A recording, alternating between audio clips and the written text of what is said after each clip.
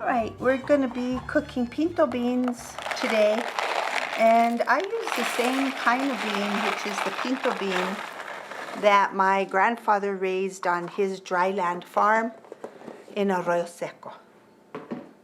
You always pick through your beans to get the little rocks and the ugly beans out. These are pretty clean. These are pre-cleaned, grown locally. We're going to pick through. That way we don't get the little rock.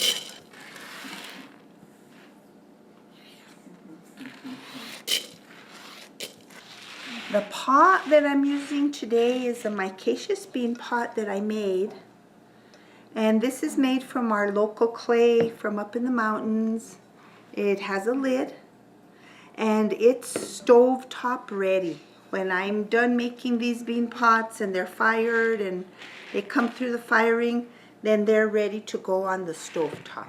So all the homes had bean pots when I was a little kid, and my grandma would call this a frijolera, and it's specifically for cooking beans, and it cooks beans so that they taste really good and they have a sweetness to them. So I'm going to fill my frijolera about that much, and now I'm going to rinse them. Okay, we want to get the dirt out.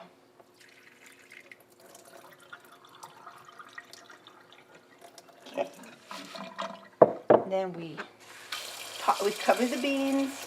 They about double in size, so that amount of beans will fill the bean pot perfectly. About an inch shy from the top. And then we're ready to take it over to the stove top. Turn on that flame to low. These will cook for about 4 hours on low. Now these beans should be just about ready to guisar.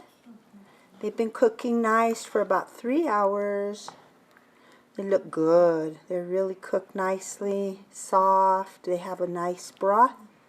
And now to guisar means to flavor the broth. So we'll put a few onions. That's good there. For that gallon of beans, I'll use about 3 cloves of fresh garlic. And I don't really chop the garlic. I just crush it and peel it. And this is really very good garlic from the garden. Very strong. This is, I think, that Spanish garlic. This is a cross between our local garlic and the Spanish garlic, which is very hot. Those will go right in there. It's important to put a little oil. I'm using safflower oil. The oil makes the beans get a little thicker and more digestible. The next thing we'll want to put in is fresh frozen tomatoes. And I thaw them out just enough to slice them. The tomato gives the beans a really delicious sweetness and also makes the beans more digestible. And I use about half a cup, 3/4 of a cup. Because they're frozen, these will disintegrate into the beans.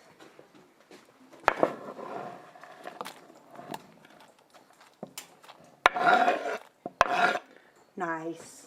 We'll give that a stir.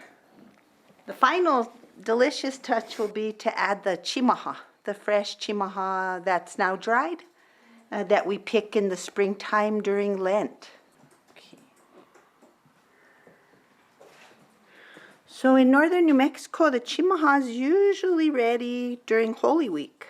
This year, because of the rains, I guess, there was an abundance of chimaha. So I'll take a nice pinch, I'll squeeze it, pinch it, kind of crush it, add about a nice pinch there. And that gives the beans a delicious fragrance, a delicious subtle flavor. And again, it makes the beans more digestible. It's always a treat to have beans with chimaha. So these will simmer for about another half hour or so, and then they're ready to salt. You always salt your beans at the very last. I put about a tablespoon per gallon. So that's a shy tablespoon. This is all natural salt. It's very strong. It's very potent. And you don't want to over salt your beans. You want all your flavors just to meld together and create this wonderful symphony of frijoles. If you add your salt too early, it doesn't let the beans cook to the soft stage. So you want to add your salt at the end. And there you have one of the most delicious meals you'll ever enjoy. One of our most favorite meals in New Mexico. A meal that my grandmother Tonita would say, 3 veces al día. She could eat beans 3 times a day.